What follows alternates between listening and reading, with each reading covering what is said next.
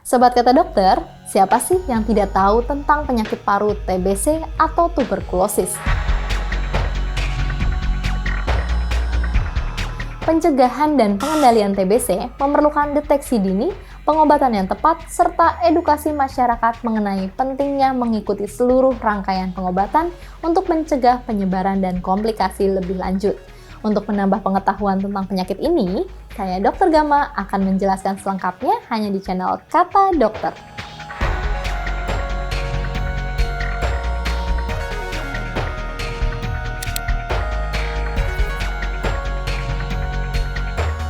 Jadi, TBC itu adalah singkatan dari tuberkulosis, adalah suatu penyakit infeksi yang disebabkan oleh bakteri Mycobacterium tuberculosis. Nah, bakteri ini paling sering menyerang di bagian paru-paru sehingga menyebabkan penyakit TBC paru. Namun, sebenarnya TBC ini bisa menyerang banyak organ dan jaringan, seperti TBC kulit, kemudian TBC kelenjar getah bening, TBC ginjal, TBC tulang belakang, TBC tulang, dan masih banyak bagian tubuh yang bisa dijangkiti oleh kuman TBC. Tapi untuk hari ini kita akan lebih spesifik membahas penyakit TBC pada paru karena kasusnya cukup tinggi di Indonesia.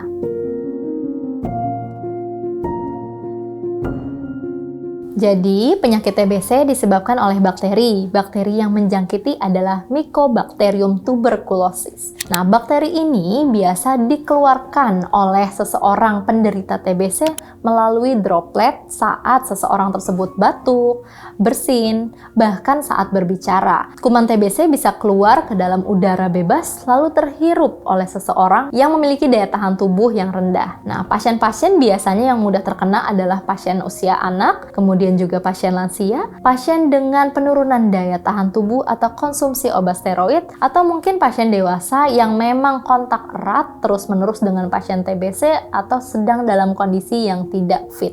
Penyakit ini sangat menular tentunya. Jadi, teman-teman harus bisa menjaga etika batuk dan bersin pada saat ada di tempat umum. Dengan cara menggunakan masker yang baik dan etika batuk yang baik, hal itu bisa dilakukan untuk mencegah penularan dari bakteri Mycobacterium tuberculosis. Nah, bakteri ini sendiri bisa bertahan lama di udara. Cara untuk menghilangkannya dengan paparan sinar matahari atau ultraviolet. Jangan lupa untuk rutin membuka jendela agar ventilasi itu berfungsi dengan baik dan cahaya matahari bisa masuk untuk bisa membunuh bakteri dan kuman yang terdapat dalam lingkungan dan udara di rumah. Penyakit TBC ini juga rentan terjadi pada pasien-pasien DM, pasien-pasien HIV, juga pasien dengan malnutrisi atau kurang asupan nutrisi di dalam tubuh. Beberapa negara yang memungkinkan penyebaran TBC-nya tinggi adalah negara dengan kepadatan penduduk yang tinggi, salah satunya adalah di Indonesia. Kemudian suhu atau iklim di Indonesia juga menjadi predisposisi perkembangan dari bakteri tuberkulosis ini bisa berkembang dengan baik.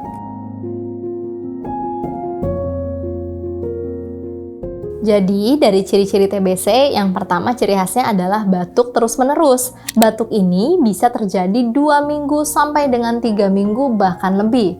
Kemudian batuk bisa disertai dengan bercak darah. Batuk juga bisa disertai dengan sesak nafas atau nyeri di bagian dada. Pada beberapa pasien terjadi penurunan berat badan yang drastis karena metabolisme tubuh berfokus pada penyembuhan dari penyakit. Jadi, pada pasien-pasien TBC juga seringkali didapatkan demam subfebris atau demam yang tidak terlalu tinggi, kisaran 37,5 sampai dengan 38, dikarenakan penyebab yang tidak jelas. Jadi seringkali demam, kemudian turun, kemudian demam kembali, itu berlangsung cukup lama. Jadi komplikasi yang disebabkan oleh TBC paru ini tentunya akan menyebabkan kerusakan permanen pada paru-paru yang bisa diawali oleh bronkiektasis, kemudian efusi pleura, adanya cairan di dalam paru, sesak yang hebat, kemudian permasalahan sistemik seperti TB miliar atau TB yang bisa menjalar ke seluruh bagian paru, bahkan mengalami penyebaran ke bagian organ-organ lainnya. Hal ini tentunya berbahaya dan bisa mengancam jiwa.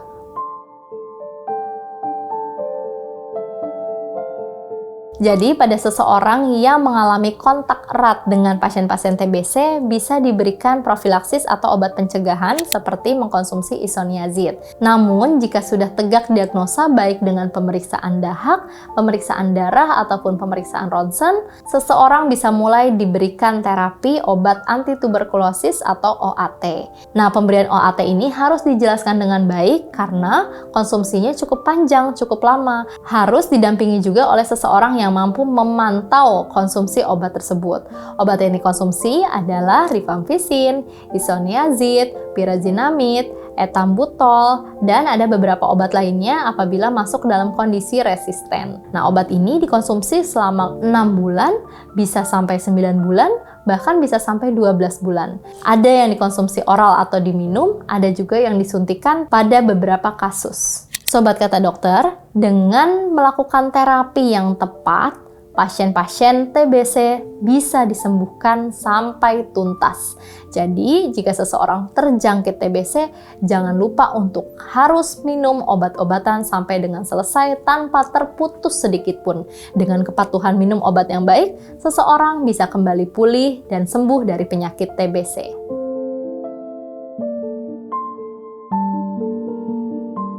Cara untuk mencegah terjadinya penyakit TBC bisa diberikan vaksinasi. Teman-teman mungkin ingat pada saat anak baru lahir sekitar usia 1 bulan diberikan vaksinasi BCG yang disuntikan di daerah lengan.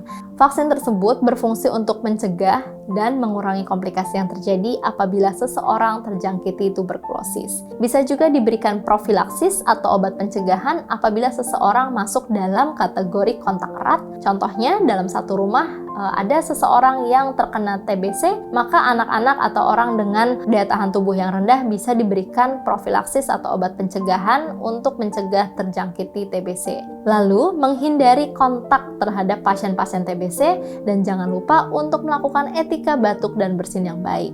Menggunakan masker di tempat-tempat umum juga baik untuk mencegah penularan TBC karena penularan utamanya adalah melalui droplet atau percikan ludah yang terhirup baik melalui hidung maupun melalui mulut. Dan Sobat Kata Dokter juga harus memperhatikan lingkungan sekitar. Apabila di rumah cahaya mataharinya kurang bisa masuk ke dalam ruangan, teman-teman bisa mengakali bagaimana agar ventilasi tersebut dibuka secara berkala.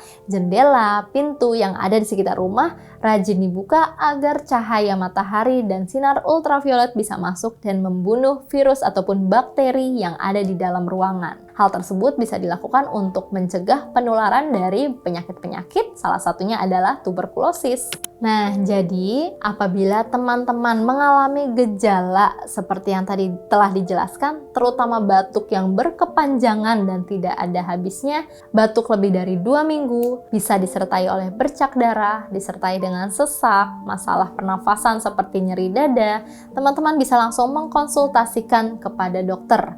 Karena bisa jadi batuk itu bukan merupakan ispa biasa, tapi kemungkinan batuk yang lebih berat seperti tanda-tanda pada pasien tuberkulosis.